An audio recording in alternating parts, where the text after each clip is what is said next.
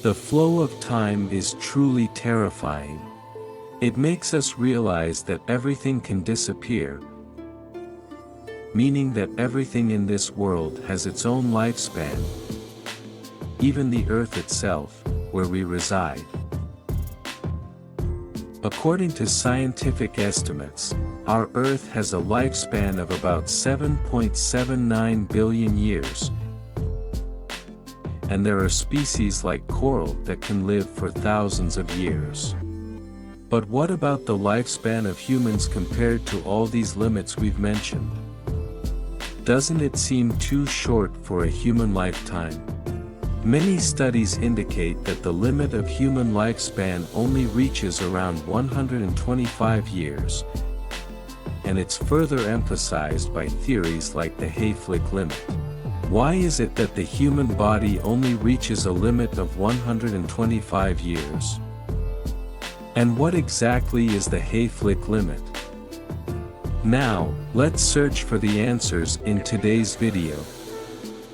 Thanks to remarkable advances in medicine, human lifespan has increased significantly over the past few decades. At the beginning of the 19th century, no country had an average lifespan over 40 years.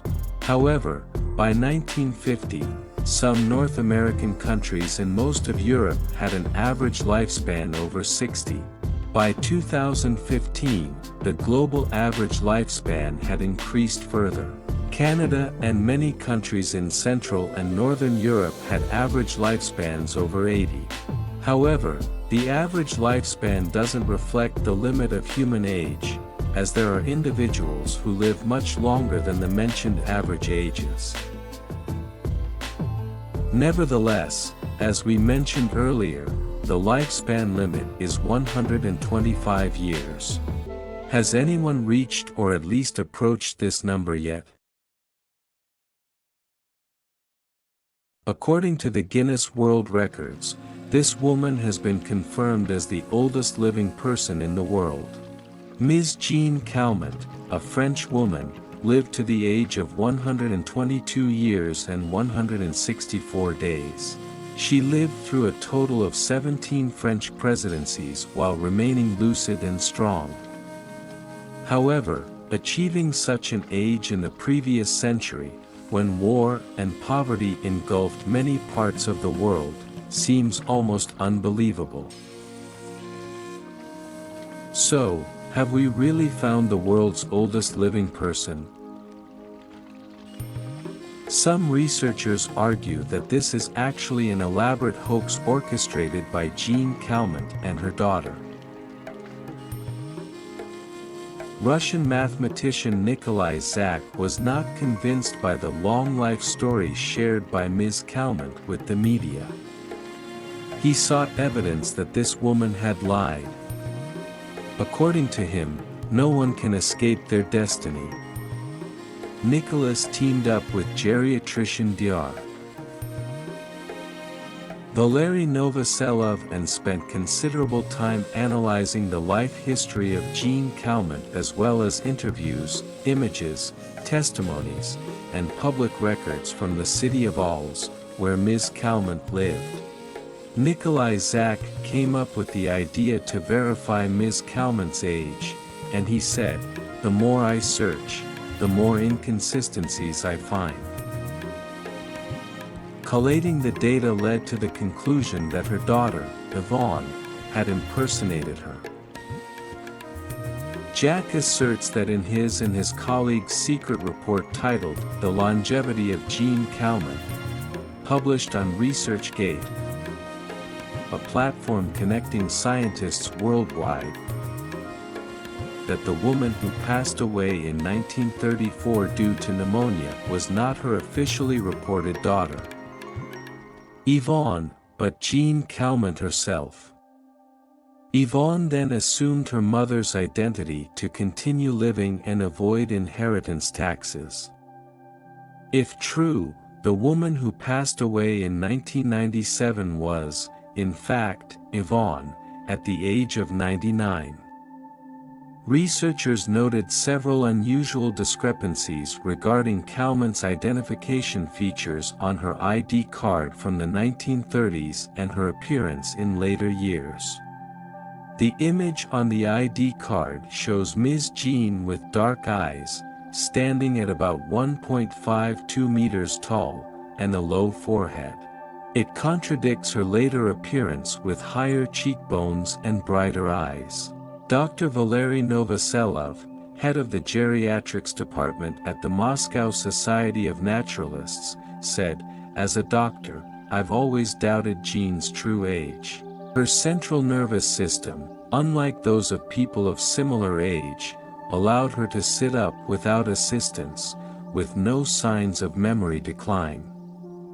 But speculation still lacks a precise answer, and scientists have yet to find the answers they seek. We still cannot be certain whether anyone has reached the age of 125 or not. However, the following record will surprise you even more.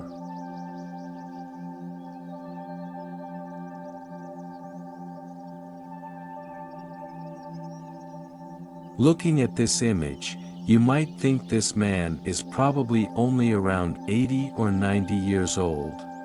However, he is actually unofficially the oldest living person in the world. I say unofficially because, despite being announced in local media, there is currently no medical evidence confirming this record. This Chinese man has been announced as living to the age of 256, an almost unimaginable number. You know, even with advanced medical developments like today, where humans can quickly replace their missing parts in various ways, we still haven't reached a lifespan half as long. His name is Li Ching-Yuen, living in Yunnan, China.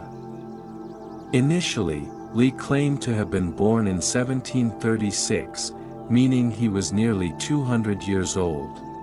But government records even provided a more staggering number. According to official documents, his birth year was 1677, meaning when he passed away in 1933, he was 256 years old. Could it be that he has been forgotten by time? The laws of birth, aging, illness, and death are indeed the inevitable laws of human life.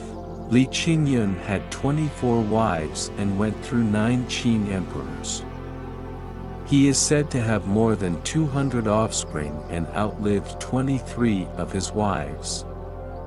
Besides, Li Ching-Yuen was a wealthy man with profound knowledge, specializing in herbal medicine and qigong. He spent most of his life in mountainous areas.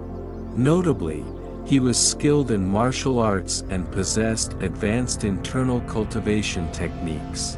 Li Ching-Yuen almost owned all kinds of herbs such as lingji mushrooms, goji berries, wild ginseng, red sage, and pennywort, along with other Chinese herbs. Perhaps the use of these beneficial herbs contributed to Li Ching-Yuen's remarkable longevity.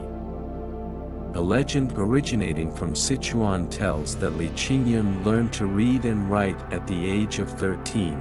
At 15, he decided to travel to Sichuan, Santui, Tibet, Vietnam, Thailand, and Manchuria to collect herbs. He was believed to have done this for a century.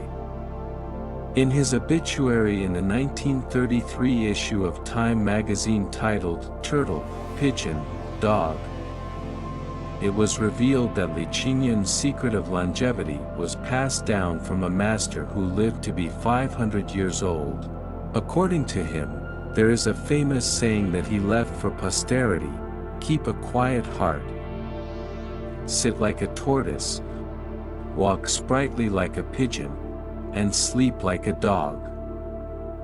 Many notes indicate that Li Ching-Yuen had unusual habits in his daily life.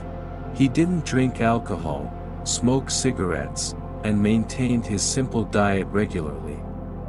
He ate sparingly, regularly practiced qigong, lived in harmony with nature, including a diet of rice wine, herbs, and tea. Li Ching-Yuen had a habit of going to bed early and waking up early. Whenever he had free time, he would sit up straight with his eyes closed and hands placed in his lap, unmoving for hours, or in other words, meditate. In addition, he dedicated his entire life to studying Chinese herbs and uncovering the secrets of longevity. Li Ching-Yuen often traveled to provinces in China and Thailand to collect herbs and treat illnesses. Thanks to his generosity and compassion towards life, everyone admired and respected him. However, this incredible story has faced much controversy. According to Western scientists and research works, the story of a man living to 256 years old is entirely unrealistic. The New York Times once reported that Li Ching-Yuen's claims might not be accurate. Many Westerners were skeptical as Li Ching-Yuen looked no different from 60-year-old Chinese people.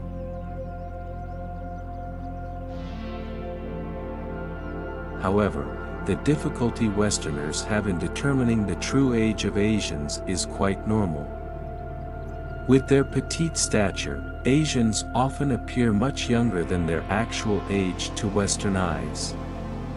Dr. Thomas, a genetics expert from Boston University in the United States, shared with the Australian Associated Press that from a demographic perspective, living to 256 years old is impossible in this world. However, according to Dan Buettner, author of the book, The Blue Zones, Lessons for Living Longer from the People Who've Lived the Longest, studying the lifestyles of various groups of people worldwide shows that a low-calorie diet can help prolong life. This has been proven by a group of healthy elderly residents of Okinawa, who practiced an Okinawan principle of eating until they are 80% full. Neurologists at the University of Massachusetts requested 2 groups of meditation practitioners to meditate for 8 weeks and maintain their regular diet and activities. The results showed a significant change in the activity of the left frontal lobe. The brain changes reduced the negative effects of stress, depression, anxiety, and worry. There was also less activity in the amygdala, where fear processes occur. Therefore, meditation also reduces age-related brain shrinkage and enhances vitality. However, this is still hard to believe. You know, Asians have had a famous saying since ancient times, human life has a limit of 70 years. This means that since ancient times, it has been rare for people to live to 70 years old, no matter how much they eat, exercise, or meditate, let alone reaching 100 years old. It's beyond imagination.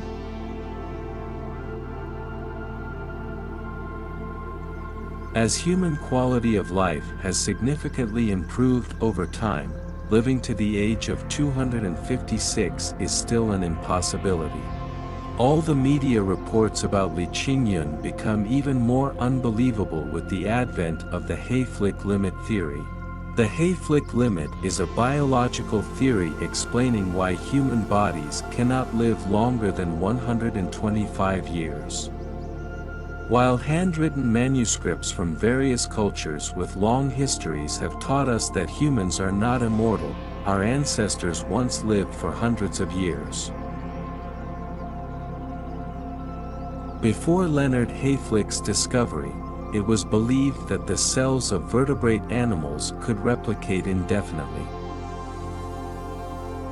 Alexis Carrel, a Nobel Prize-winning surgeon, claimed that all cells cultured in tissue culture were immortal. And the lack of continuous cell replication was due to a lack of understanding of the best cell culture methods. He claimed to have cultured fibroblast cells from the hearts of chickens with lifespans of 5 to 10 years and kept the culture growing for 34 years. However, other scientists failed to reproduce Carrel's results, so they suspected that despite his Nobel Prize, Carrel might have made mistakes during the experiments. We are human. We will come and go. We cannot escape the cruelty of time, which brings birth, aging, illness, and death.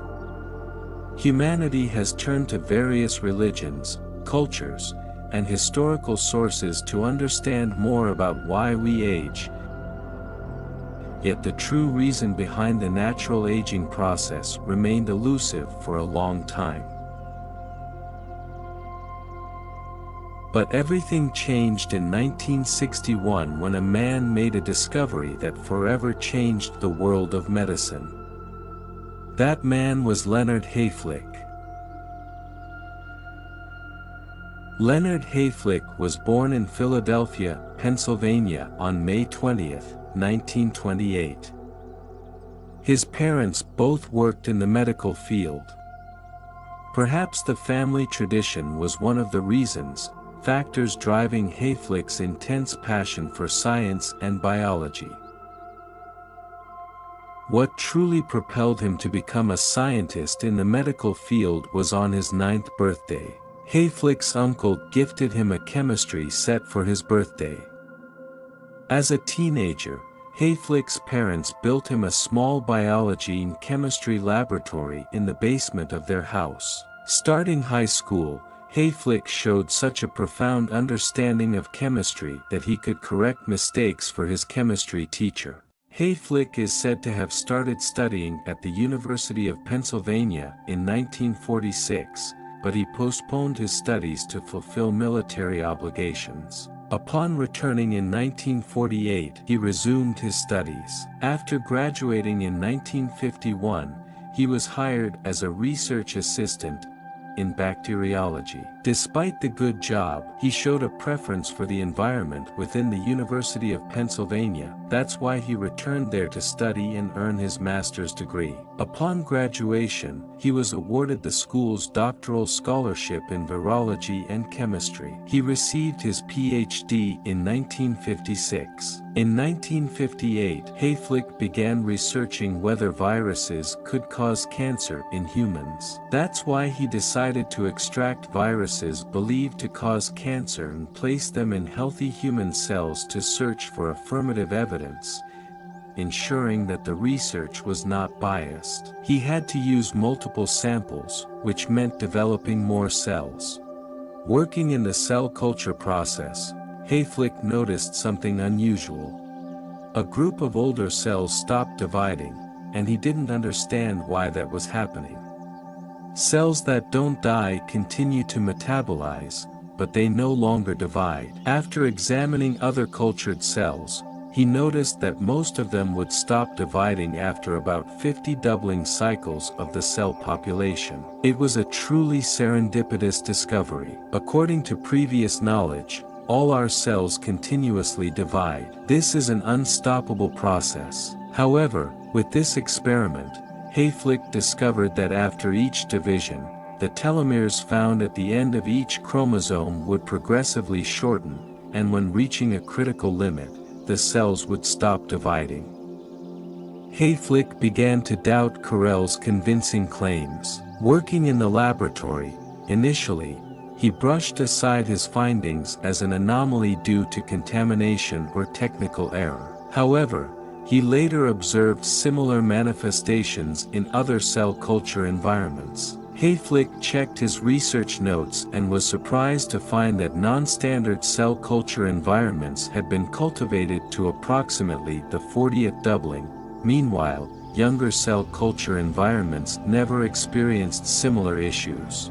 Up to that point, scientists believed that the natural aging process was related to the origin of life, something that we still cannot fully understand or grasp to this day. Upon discovering this with cells, Hayflick ceased his research on cancer cells and focused on what is now called gerontology, the study of the aging process.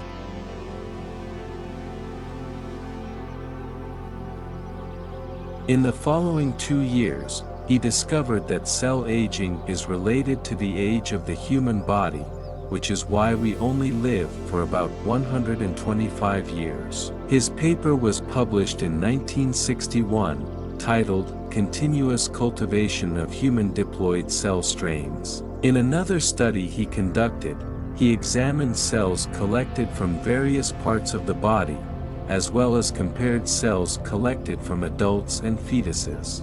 The results showed that cells would divide about 40 to a maximum of 60 times before stopping. Once they stop, they would deteriorate and die, similar to how it applies to humans as they age, and this is the cause of natural death. The body deteriorates, and thus over time, we die. This theory was described meticulously in his paper when he mentioned that the length of telomeres presented in different cells might take more or less time to shorten to the point of cell division cessation. Some cells only divide 40 times before stopping due to the length of the telomeres. This also demonstrates that each DNA will have unique characteristics. That is why some people age faster than others. It's all about genetics. When correlating with the lifespan of a person, when cells divide up to the 60th time, it would equate to that person being 125 years old. Therefore, if their genes contain longer telomeres, they will theoretically have a longer lifespan. A cell can either complete mitosis or duplication and cell division only from 40 to 60 times before undergoing apoptosis and dying afterward because our bodies are only made up of cells. This explains why death due to old age is inevitable. Additionally, the paper shows that with each doubling in cell division, the cellular components become thinner, weaker, and less effective in the mitotic process. This also implies that our bodies will become more fragile. After each cell division, as seen in the study conducted by Hayflick in 1961, where he attempted to observe how many times a cell can double and divide during cell culture. When the 50th mitotic division is completed, the cell will start the process of apoptosis and eventually die. This is a perfect representation of the aging process in humans. As we age, we may become weaker. All senses such as vision, hearing, and most importantly, the wound healing process, slow down as cells take more time to regenerate. Everything becomes slower and more challenging over time. This compelling sacrifice theory has proven that the human lifespan is limited to 125 years. Surpassing this threshold may still be possible. In fact, if our cells were to undergo mitosis in a healthy environment, a normal human living to the age of 256 would be anything but normal. However, before Hayflick's sacrifice theory gained widespread recognition, we may have heard many stories about quests for human immortality. The desire for eternal life has always blinded humans, willing to trade anything for it. The elixir of immortality is a legendary substance recorded in many ancient cultures. Especially, China's long and rich history is filled with emperors, famous figures, and alchemists pursuing elixirs of immortality. However, they often perished in illness along their journey full of illusions. Based on such reference materials, ancient Chinese alchemists attempted to produce the same elixir that the Queen Mother of the West had given to Haonei.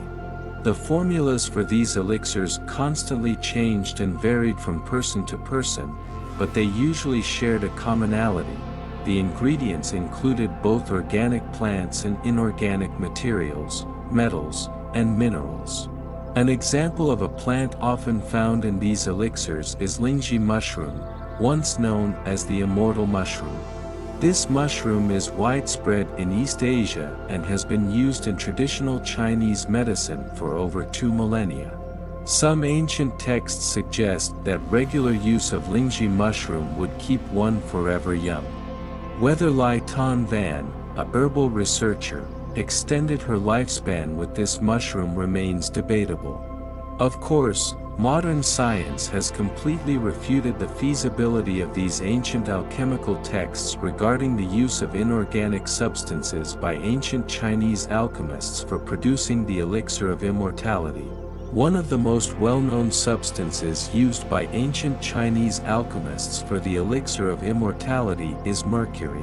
When mercury is melted into a liquid form, it exhibits a special attraction to alchemists due to its unique properties. This metal is believed to have eternal significance, considered the key to immortality. So, mercury was often used as a component in the elixirs of immortality in ancient China. Besides mercury, precious metals and minerals with unique physical properties, such as jade and ruby, were also used in alchemy. However, mercury is, of course, an extremely toxic substance. The main hazards of mercury include cognitive impairment, kidney failure, physical weakness, and ultimately death. Nevertheless, despite the health risks associated with mercury exposure, this fact did not deter the most powerful men in Chinese history from seeking immortality through the consumption of elixirs extracted from mercury. According to historical records, many emperors from various dynasties of China died due to reasons related to the consumption of elixirs of immortality. From Emperor Huizong of the Song dynasty to emperor, even the Qing dynasty's Emperor Yongzheng.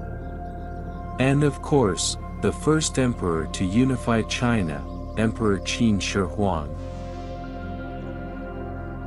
In his final years, Emperor Qin Shi Huang was obsessed with achieving immortality. He visited the Chi Fu Island 3 times in hopes of finding the elixir of life. Emperor Qin Shi Huang once dispatched a ship carrying hundreds of men and women to search for the mystical Mount Penglai. They never returned, perhaps knowing that if they came back without the elixir of immortality, they would surely face execution. The burning of books from another perspective is understood as Emperor Qin Shi Huang's effort to focus the minds of his most learned scholars on researching alchemy. Some scholars were executed for their inability to provide any evidence of their abilities.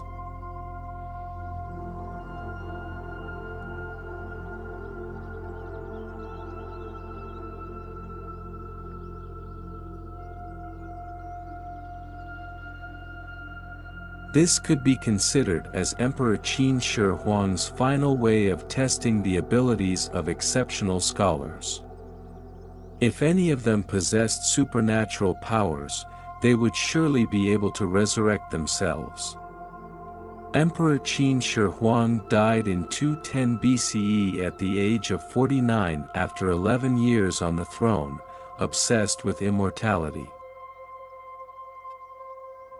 Historical records state that the cause of Emperor Qin Shi Huang's death was his excessive use of elixirs of immortality derived from mercury. The obsession with eternal survival, along with time, perhaps continues to haunt humanity. With the remarkable advancements in science and technology, humans have relentlessly sought ways to save themselves from various illnesses, and we are still very successful as the average lifespan of humans is not increasing. However, reaching the age of 125, the human limit, remains incredibly rare indeed. Going against the laws of nature is impossible. And just imagine if humans were like immortal jellyfish, never dying and constantly growing, what would this planet be like? Despite humans' desire for eternal life, the lifespan limit of humans remains just 25 years. But nothing is impossible in this universe full of mysteries. Can we change to extend our own lifespan? Let time answer this question. See you in the next videos. Don't forget to leave your comments below. Please like, subscribe to the channel to support us, and stay tuned for the next videos. Thank you.